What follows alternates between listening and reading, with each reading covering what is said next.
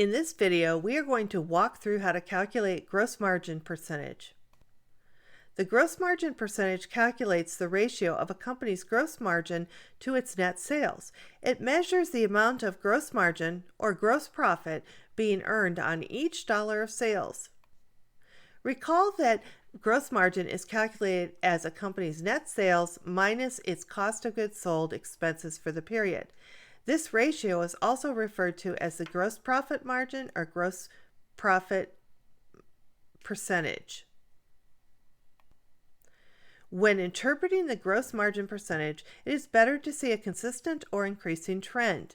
Consistent or increasing gross margin percentages indicates the company is efficiently managing its cost of sales expenses, which means that the company is earning more profit on each product sold. Or the company could be growing sales but keeping its cost of goods sold expenses constant. A decreasing return on sales ratio indicates the company is not managing its cost of sales efficiently and could indicate financial trouble. The gross margin percentage is always more useful when it is used for comparison by itself. The gross margin percentage can be compared to the gross margin percentage for companies within the same industry. A company's gross margin percentage can also be analyzed over time. Generally, it is desirable to see a gross margin percentage that is increasing or at least remaining stable over time. The gross margin percentage is calculated by taking the company's gross margin and dividing by net sales. Both of these amounts are found on the company's income statement. Here we have 3 years of gross margin and net sales amounts listed for a company. We're going to calculate the gross margin percentage for each year. For the most recent year, we would take the gross margin of $472,500 and divide by the net sales of $787,500 to get a gross margin percentage of 0.6 or 60%.